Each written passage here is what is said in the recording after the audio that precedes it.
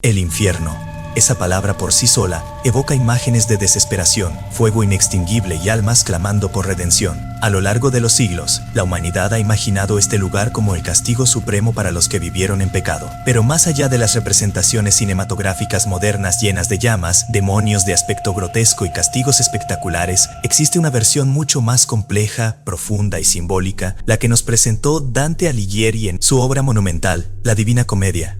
Acompáñanos en este impactante recorrido por los círculos del infierno. Según Dante Alighieri, exploraremos cada castigo y la razón detrás de ellos, en un viaje simbólico y revelador a través de la oscuridad del alma humana. Antes de comenzar, no olvides suscribirte y dejar tu like para apoyar este contenido. Ponte cómodo, relájate y disfruta del viaje. Al final, te espera una reflexión profunda que también puedes aplicar en tu vida. La visión de Dante no es solo una descripción poética del más allá, es una arquitectura moral, una organización del castigo basada en la lógica del pecado humano. Su infierno no es un caos desordenado, sino una estructura meticulosa, con jerarquías, guardianes, límites claros y niveles progresivos de tormento. En esta travesía literaria, cada rincón, cada círculo, tiene un propósito. No hay castigo sin razón, no hay rincón sin historia. Es una construcción tan compleja y detallada que aún hoy sigue inspirando debates filosóficos, obras de arte, películas y hasta videojuegos. Todo comienza con Dante, el protagonista y autor, vagando sin rumbo en un bosque oscuro. Este escenario, más allá de lo literal, representa el extravío espiritual, la pérdida del propósito y la confusión moral. Está en plena crisis existencial, atrapado entre la culpa, la duda y el miedo. Y es en ese momento cuando aparece Virgilio, símbolo de la razón, el conocimiento y la herencia clásica. Virgilio no es simplemente un guía, sino la representación de todo lo que puede ayudar al ser humano a comprender y enfrentar su oscuridad interior. Virgilio le propone a Dante emprender un viaje sin retorno por los dominios del pecado, comenzando por el infierno, siguiendo por el purgatorio y terminando en el paraíso. Es un proceso de purificación, una introspección extrema y una lección sobre la justicia divina. Sin saber exactamente lo que le espera, Dante acepta. No tiene mucho que perder, pero sí todo por descubrir. Así comienza un recorrido que no solo explora el castigo de los pecadores, sino también la condición humana, las consecuencias de nuestras decisiones y el poder de la redención. Su entrada al infierno está marcada por una advertencia escalofriante. Abandonad toda esperanza, los que entráis. Esta inscripción no es solo una frase decorativa, es una declaración de la naturaleza de ese lugar. Dentro del infierno no hay redención, no hay futuro, solo castigo eterno. Esta sentencia inicial prepara tanto a Dante como al lector para la dureza de lo que está por venir. El infierno es un sitio de absoluta desesperanza, donde incluso la memoria del bien se desvanece y la noción de esperanza es un eco distante. La estructura del infierno de Dante es fascinante. Imagina un cráter gigantesco con forma de embudo, cavado en las entrañas de la tierra. Fue creado, según el relato, cuando Lucifer cayó desde el cielo como un meteoro furioso, al ser expulsado por su traición a Dios. Su impacto creó esta caverna invertida de 9 círculos concéntricos que se estrechan hacia el centro, donde habita el mal absoluto. Cada uno de estos círculos representa una categoría específica de pecado, y a medida que se desciende, el castigo se vuelve más severo, reflejando la gravedad del delito cometido contra el orden divino.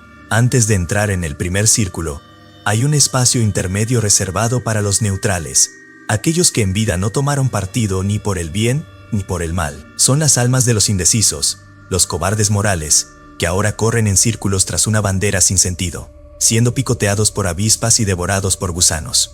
Su castigo es la consecuencia directa de su indiferencia: vivir eternamente sin identidad, sin propósito, sin descanso. Este castigo puede parecer menor, pero representa una condena psicológica devastadora, la invisibilidad eterna, la negación absoluta de significado. Cruzando el río Aqueronte, guiados por Caronte, el barquero malhumorado, Dante y Virgilio se enfrentan a Minos, el juez infernal que decide el destino de cada alma. Con su cola, envuelta en círculos alrededor de su cuerpo, señala cuán profundo en el infierno debe ser arrojado cada pecador. Este momento establece la regla del infierno: cada pecado tiene su medida, y cada medida, su condena. Aquí no hay errores. Todo está calculado. La justicia, aunque cruel, es exacta. El primer círculo es el limbo. No hay tormento físico aquí, pero el castigo es igualmente cruel. Vivir por siempre con el anhelo de una salvación que nunca llegará. Aquí están los grandes sabios y justos del mundo antiguo que, por no haber conocido la fe cristiana, fueron excluidos del paraíso. Sócrates, Aristóteles, Homero. Sus nombres resuenan entre sombras nobles, condenados a una eternidad de espera.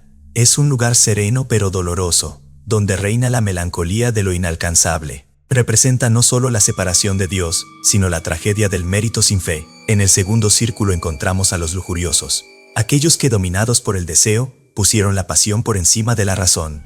El viento huracanado que los arrastra sin rumbo, refleja su vida caótica, sin control ni estabilidad. Están condenados a girar eternamente en una tormenta de deseo insatisfecho.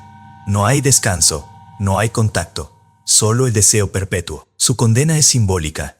Fueron arrastrados por la pasión y ahora son arrastrados por el viento. El amor sin límites se transforma en tormento incontrolable. El tercer círculo es la morada de los glotones. Su amor por la comida y el exceso los ha llevado a una existencia repulsiva.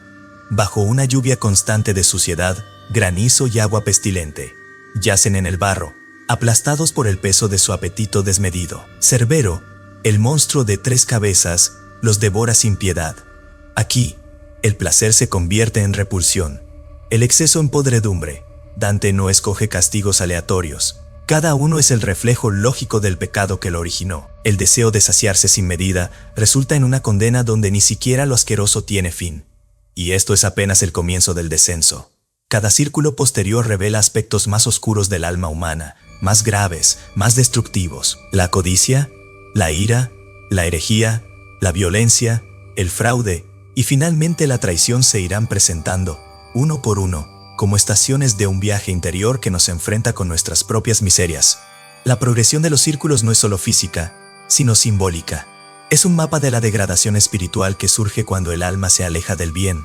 Dante no escribió esto solo para asustar. Es una advertencia, sí, pero también una invitación a reflexionar sobre nuestras elecciones, nuestras pasiones y nuestros silencios. Su infierno no es solo un castigo para otros, es un espejo en el que todos, en algún momento, podríamos vernos reflejados. En cada círculo hay una verdad incómoda, una posibilidad latente en cada ser humano. Si este viaje te ha hecho pensar, si has sentido que hay algo más allá de lo literal en cada palabra, te invito a que sigas acompañándonos. Suscríbete al canal, deja tu like y comparte este contenido con quienes buscan más que entretenimiento. Buscan respuestas, símbolos y caminos. Esto apenas comienza. A partir del cuarto círculo, el viaje se vuelve aún más penetrante y simbólico, sumergiéndonos en capas más profundas del egoísmo, la ira, la incredulidad, la violencia y el engaño. En el cuarto círculo, se presenta una contradicción aparente, el castigo conjunto de 2 tipos de pecadores que, aunque a simple vista se oponen, comparten una raíz común. Por un lado, están los avaros, quienes en vida acapararon bienes, riquezas y poder sin jamás compartir, consumidos por el deseo de tener más. Por el otro, los derrochadores, aquellos que gastaron sin medida, despreciando el valor de las cosas y cayendo en el despilfarro vacío. Ambos extremos del materialismo son condenados por su relación enfermiza con lo material, y aquí pagan su culpa en un ciclo absurdo y sin fin. Los condenados en este círculo empujan enormes rocas en direcciones opuestas. Estas piedras simbolizan la carga de su obsesión. Para unos, el peso de lo acumulado. Para otros, el vacío que dejaron al desperdiciar. Cuando se encuentran, chocan con furia y se gritan reproches. «¡Por tu culpa hay escasez!», grita uno. «Tú destruiste el valor del esfuerzo», responde el otro. No hay diálogo. Solo culpa, choque y repetición. Es una metáfora brutal de la economía disfuncional que ambos estilos de vida representan. Un vaivén sin sentido. Un enfrentamiento eterno donde el castigo no proviene solo del esfuerzo físico, sino del reflejo de su propia mentalidad deformada. Este círculo resuena hoy con fuerza. En un mundo marcado por la acumulación sin ética y el consumo desenfrenado, Dante nos recuerda que los extremos nunca construyen, solo destruyen. Ni el egoísmo del que no comparte, ni la arrogancia del que derrocha edifican algo duradero. Aquí, en esta prisión de piedras y reproches, se encuentran los que olvidaron el equilibrio. El descenso continúa hacia el quinto círculo, donde el paisaje cambia radicalmente. Aparece el río Estigia, Un pantano oscuro, espeso, hirviente de emociones negativas. Aquí habitan los iracundos y los rencorosos, víctimas y verdugos de su propia furia. En la superficie del río, los coléricos se atacan sin descanso. Puños, mordidas, gritos, la violencia aquí es instintiva, ciega. No hay pausa, no hay razón. Es el frenesí del odio que nunca encuentra calma. Pero debajo de esas aguas agitadas hay un tormento aún más inquietante. Los rencorosos yacen sumergidos, atrapados en el fango, incapaces de hablar o moverse. Sus rostros se ven borrosamente entre las burbujas del lodo. Solo sufren en silencio, devorados por lo que nunca dijeron, por lo que jamás perdonaron. Son almas que se envenenaron por dentro, que prefirieron callar antes que liberar. Esta parte del infierno no quema la carne, quema el alma desde dentro. La estigia es el espejo de la emoción desbordada. En la superficie, los que no supieron controlarse. En las profundidades, los que lo reprimieron todo. Ambos extremos, otra vez, sin equilibrio. Dante, con precisión casi clínica, disecciona la condición humana y nos obliga a preguntarnos, ¿qué hacemos con la ira? ¿La gritamos, la escondemos o la transformamos? Más adelante, la escena cambia abruptamente. Se alza ante Dante y Virgilio la ciudad de Dait, una fortaleza infernal que marca un punto de no retorno en el descenso. Sus murallas son de hierro candente y su interior contiene los círculos más oscuros del infierno.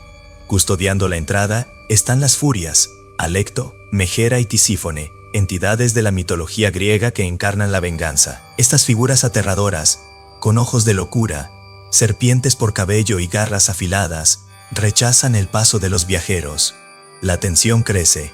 Virgilio intenta persuadirlas, recordándoles la misión sagrada de Dante, pero sus palabras solo alimentan la furia de las furias. La escena se vuelve insostenible, hasta que ocurre lo inesperado. Un ángel desciende, majestuoso y sereno, portando una autoridad silenciosa.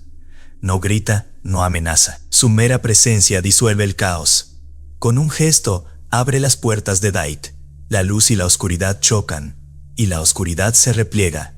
Así, el camino queda libre hacia el sexto círculo. En esta nueva cámara de condena se encuentran los herejes, no aquellos que simplemente dudaron, sino los que con soberbia negaron lo trascendente, lo eterno, lo divino, especialmente los que negaron la inmortalidad del alma y el juicio después de la muerte.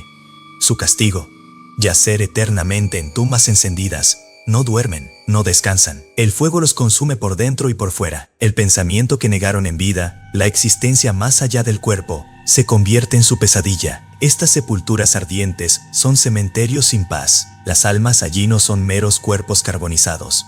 Son conciencias que arden en la contradicción de haber proclamado la nada y descubrir que había todo. Su fuego es filosófico, espiritual, existencial. En este círculo, Dante castiga no la duda razonable, sino la arrogancia de creerse por encima del misterio. A medida que el descenso continúa, la violencia se convierte en el tema central del séptimo círculo, pero Dante no la aborda como una sola entidad. La disecciona en 3 niveles, según el objeto de la agresión.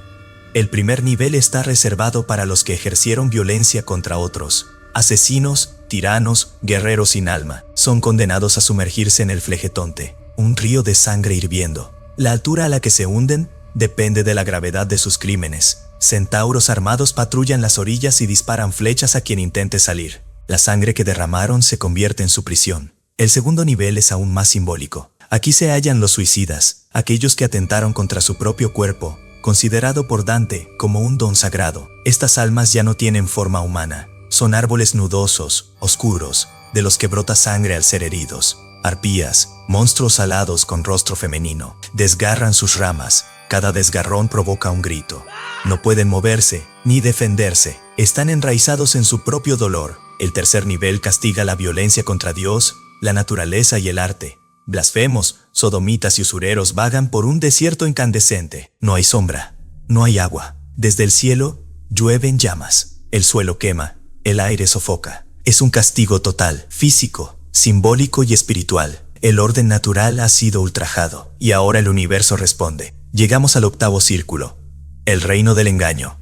Aquí no hay lava, ni gritos desgarradores. Aquí el tormento es más sutil, pero igual de destructivo. Es el círculo de la mentira, de la manipulación, del uso perverso de la palabra.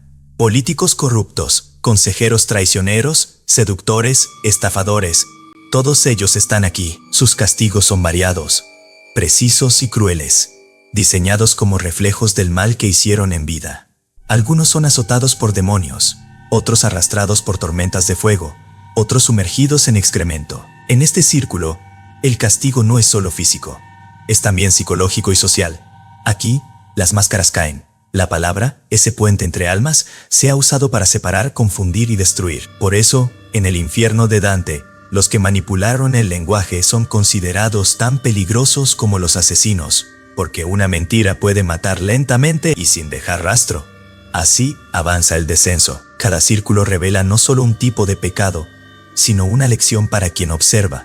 Y lo que viene después es aún más oscuro. Si este viaje al corazón del mal humano te ha dejado pensando, no olvides dejar tu like, suscribirte al canal y compartir este contenido, porque mirar al abismo no es caer en él, es aprender a reconocerlo. Y solo así bienvenidos al Malevolge, una región del infierno que parece diseñada con precisión quirúrgica para castigar la mentira y el engaño. Un infierno dentro del infierno. Aquí se extienden 10 fosas, cada una destinada a un tipo distinto de fraude. Es un desfile de condenados, donde cada trampa y cada falsedad recibe su castigo a medida. En la primera fosa se encuentran los seductores, aquellos que usaron el encanto y la manipulación para lograr sus fines. Están condenados a recibir latigazos sin descanso, mientras caminan en fila. Entre ellos, Dante menciona a Jasón, el líder de los argonautas, quien sedujo a Medea solo para abandonarla después de haber conseguido lo que quería. Aquí el cuerpo sufre, pero el verdadero dolor está en la humillación de caminar eternamente al ritmo del látigo, recordando cada engaño cometido. La segunda fosa está ocupada por los aduladores. Su castigo es tan grotesco como simbólico. Están sumergidos en un río de excremento. Las palabras dulces, vacías y manipuladoras que usaron para ganarse favores se transforman en una sustancia fétida que los cubre por completo. Viven inmersos en la podredumbre de su hipocresía, ahogados por la basura verbal que una vez utilizaron como arma. En la tercera fosa yacen los simoníacos, los que comerciaron con lo sagrado. Están enterrados boca abajo, con los pies expuestos y en llamas. Las llamas suben como una burla de los fuegos del Espíritu Santo, que ellos pretendieron manipular con fines egoístas. Este castigo es una parodia cruel de la consagración eclesiástica. Donde debería haber santidad, hay corrupción. Donde debería haber gloria, hay fuego y vergüenza. La cuarta fosa es para los adivinos, astrólogos y profetas falsos. Su castigo es caminar eternamente con la cabeza girada hacia atrás.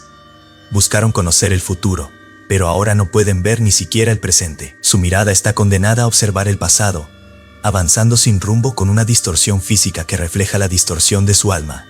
En la quinta fosa, hierven los corruptos en brea pegajosa y ardiente. Cada intento de salir a la superficie es interceptado por demonios alados que los empujan de nuevo al fondo. Es un sistema de vigilancia infernal que no da tregua. Aquí, la corrupción no es solo castigada, es asfixiada, cubierta por una sustancia que lo mancha todo, imposible de limpiar. La sexta fosa está reservada a los hipócritas. Caminan en círculo, vestidos con túnicas doradas por fuera y de plomo por dentro. Lo que parecía virtud se revela como carga. Cada paso es un esfuerzo extenuante. Sus rostros están demacrados por el peso, y sus cuerpos, encorvados bajo el disfraz brillante de la mentira, demuestran que incluso la apariencia de bondad puede ser una cárcel. La séptima fosa alberga a los ladrones, un lugar de caos, donde las identidades se disuelven. Serpientes los atacan, fusionan y separan sus cuerpos, transformándolos en bestias y luego devolviéndolos a su forma humana en una danza interminable. Este castigo representa la pérdida del yo. Al robar a otros, robaron también su propia esencia. Aquí nadie posee nada, ni siquiera su rostro. En la octava fosa se encuentran los consejeros fraudulentos, aquellos que con astucia y retórica torcieron verdades y arruinaron destinos. Son envueltos en llamas individuales que no queman, pero torturan. Estas lenguas de fuego simbolizan el poder destructivo de la palabra cuando es usada con malicia. Uno de los que Dante encuentra aquí es Ulises, cuya elocuencia y engaños lo convirtieron en símbolo de la inteligencia cinética. La novena fosa está habitada por los sembradores de discordia. Estos condenados caminan con horribles heridas abiertas, cortes que atraviesan el cuerpo de lado a lado, exponiendo vísceras y huesos. A medida que avanzan, las heridas sanan lentamente, solo para volver a abrirse. Es el castigo perfecto para quienes dividieron a otros. Ahora su propio cuerpo es partido sin descanso. Entre ellos, Dante ubica a personajes que causaron cismas religiosos, traiciones políticas y rupturas familiares irreparables. En la 10ª fosa, la más baja del Malebolge, están los falsificadores. Aquí sufren los que alteraron la verdad. Falsificadores de moneda, de documentos, de palabras y hasta de identidades. Están consumidos por enfermedades horribles, con cuerpos cubiertos de llagas, piel podrida y una fiebre que nunca cede. En este rincón, el castigo es la corrupción del cuerpo, reflejo de la corrupción moral que practicaron en vida. Cuando crees que ya has visto lo peor, Dante y Virgilio siguen descendiendo hasta alcanzar el 9º círculo. Aquí el infierno cambia de forma, de tono y de temperatura. Ya no hay fuego, sino hielo, un hielo tan puro y absoluto que congela el alma. Este lugar, llamado Cosito, es el hogar de la traición, el pecado que Dante considera el más grave de todos. El 9º círculo está dividido en 4 zonas, cada una destinada a un tipo específico de traidor. En Caína, los que traicionaron a su propia sangre están congelados hasta el cuello. Sus lágrimas se congelan en sus ojos y su sufrimiento es solitario, sin posibilidad de consuelo. En Antenora se hallan quienes traicionaron a su patria o a su pueblo. El castigo es aún más cruel.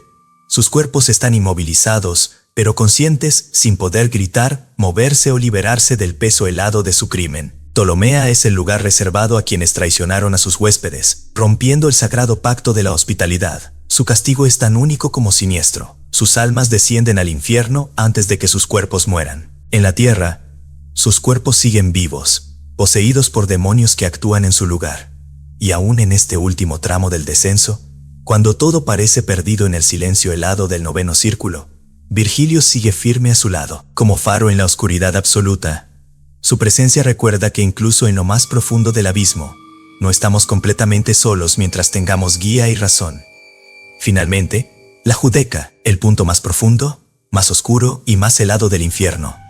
Aquí están los traidores a sus benefactores, aquellos que, habiendo recibido confianza y apoyo, la traicionaron de la forma más cruel. En el centro exacto, se encuentra Lucifer, colosal y aterrador, atrapado en el hielo hasta la cintura. Tiene 3 rostros, y en cada una de sus bocas mastica eternamente a uno de los traidores más infames según Dante: Judas Iscariote, por entregar a Cristo; Bruto y Casio, por asesinar a Julio César, su amigo y protector. La Judeca recibe su nombre de Judas Iscariote, el traidor por excelencia en la tradición cristiana.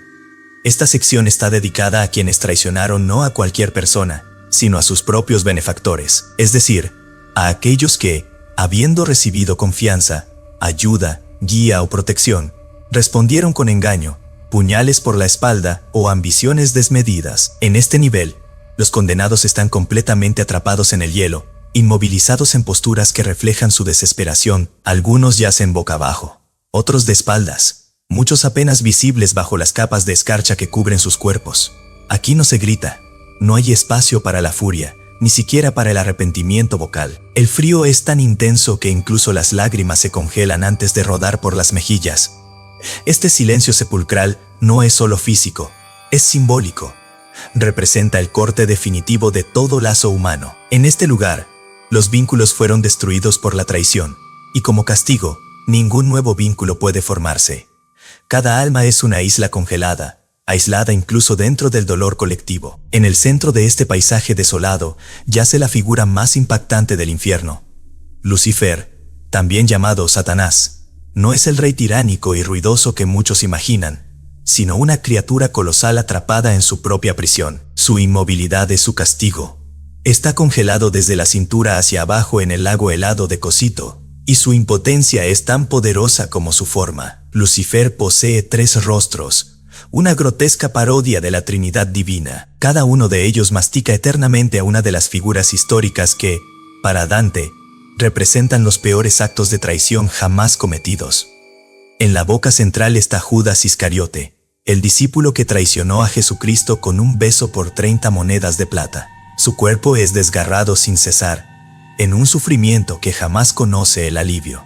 En los rostros laterales se encuentran Bruto y Casio, quienes participaron en la conspiración y asesinato de Julio César, su amigo, líder y protector. A través de estas imágenes, Dante no solo condena la traición, sino que la eleva a una categoría casi sagrada de pecado, la corrupción absoluta de la confianza. La visión de Lucifer es sobrecogedora. No es un demonio lleno de llamas y furia, es una figura rota, degradada, vencida por su propio orgullo. Su castigo no es comandar las legiones del infierno, sino ser el primero entre los condenados, símbolo eterno de la caída más brutal, de ángel resplandeciente a criatura petrificada en hielo. Las alas de murciélago que surgen de su espalda baten lentamente, como si intentaran liberarlo, pero solo generan más viento gélido, manteniéndolo prisionero de su propia condena. Dante y su guía, el poeta romano Virgilio, contemplan esta escena con una mezcla de horror y comprensión. Han atravesado todo el infierno para llegar hasta aquí, presenciando cada forma de pecado y su correspondiente castigo. Pero nada se compara con esta imagen final. El núcleo del mal, no en forma de fuego o destrucción violenta, sino como una quietud absoluta, una ausencia total de amor, de redención, de voz. El viaje no termina en la Judeca. Contra toda expectativa, no hay un muro final, ni una puerta que se cierre. Hay, en cambio, una ruta secreta, un giro inesperado en la estructura del cosmos. Virgilio guía a Dante hacia una abertura en el hielo. No es una salida gloriosa, sino un descenso aún más profundo. Se aferran al cuerpo de Lucifer, descendiendo por su costado invertido, como escalando la espalda de un coloso caído. Mientras descienden, el mundo comienza a girar. De pronto, ya no bajan, están subiendo. Han atravesado el centro mismo de la Tierra. La gravedad cambia, la perspectiva se invierte, y con ella, también el sentido del viaje. Lo que parecía el final, es solo un umbral. Al emerger del lado opuesto del globo, los dos viajeros se encuentran de nuevo bajo un cielo estrellado. No hay fuego ni hielo, solo tierra firme, aire fresco y el leve murmullo de una brisa. El infierno ha quedado atrás. A lo lejos, se alza una montaña majestuosa. El purgatorio, no tan brutal como el infierno, ni tan perfecto como el paraíso. El purgatorio es un lugar de esperanza, de redención, de esfuerzo por ascender. Es la promesa de que, a pesar de todo, hay camino hacia la luz, si se tiene el valor de recorrerlo. Así, Dante y Virgilio se alejan de la visión de Lucifer, dejando atrás el dominio de la traición y el silencio. El poeta florentino, marcado para siempre por lo que ha visto, sabe que lo que viene será distinto. Más leve en su condena, pero más profundo en su enseñanza, porque si el infierno mostró las consecuencias del pecado, el purgatorio revelará la posibilidad de transformación, y en ese contraste entre el hielo eterno y la esperanza de purificación, entre la traición más baja y la aspiración más alta, se encierra la esencia del viaje humano, un viaje que no termina en el abismo, sino que apenas empieza cuando se decide salir de él. El descenso al infierno no es solo un viaje hacia abajo, sino hacia adentro. Dante no solo caminó entre castigos y demonios, sino también a través de las zonas más oscuras del alma humana. Porque, en el fondo, el infierno que describe no es únicamente geográfico, es moral, espiritual y profundamente humano. ¿Por qué la traición es el pecado más castigado? ¿Por qué no el asesinato o la violencia directa? Tal vez porque la traición destruye el tejido invisible que mantiene unida la convivencia, la confianza. Traicionar a quien te ha dado su fe, su apoyo o su amor es atacar lo más sagrado que existe entre los seres humanos. Por eso, en la lógica de Dante, la traición no solo merece castigo, merece el castigo más absoluto, el hielo del olvido, el silencio eterno, la inmovilidad. En la Judeca no hay fuego, no hay lamentos, solo un frío que congela hasta el alma. Es la antítesis del amor, de la esperanza, de cualquier forma de redención. Lucifer, el gran rebelde, no ruge, no se mueve, no da órdenes. Está atrapado en el centro de la tierra como una estatua de desesperación. Sus tres rostros no solo simbolizan la traición triple, sino una burla monstruosa de la Santísima Trinidad. Y si observamos más de cerca, la frialdad del noveno círculo no es solo física, es una frialdad existencial. No hay peor castigo que quedar congelado en tus errores, sin posibilidad de avanzar, sin posibilidad de redención. La traición, en este sentido, no solo te condena, te inmoviliza. Quizá la mayor revelación del infierno de Dante es que cada castigo refleja la esencia misma del pecado. Aquí no hay un juez arbitrario, hay un espejo. Cada círculo muestra cómo los actos humanos, cuando se deforman, generan su propia consecuencia. No es un infierno de caprichos, es un infierno de verdades. ¿Y qué pasa con nosotros? ¿Dónde estamos en este mapa del alma? Tal vez esa sea la verdadera función del viaje de Dante. Mostrarnos que el infierno no es solo un destino, sino una advertencia, que cada mentira, cada traición, cada máscara que usamos para engañar o dividir, nos acerca un poco más al hielo de la Judeca. Pero hay esperanza, porque el viaje no termina en el fondo. Dante y Virgilio no se detienen ante Lucifer, cruzan el eje del mundo y emergen, salen, vuelven a ver el cielo. Y con ese acto, nos enseñan que incluso desde el punto más oscuro se puede ascender, que comprender el mal no es rendirse a él, que atravesar la oscuridad puede ser el primer paso hacia la luz. Tal vez el infierno de Dante no esté bajo nuestros pies, sino en nuestras decisiones. Y cada día, con lo que decimos, hacemos o callamos, elegimos si caminamos hacia él o nos alejamos, porque conocer el infierno es también una forma de no caer en él. Si esta reflexión te pareció poderosa, te invitamos a dejar tu like, suscribirte al canal y activar la campana para no perderte los próximos episodios. Tenemos más viajes como este, más historias que explorar y muchas más verdades que descubrir. Hasta la próxima.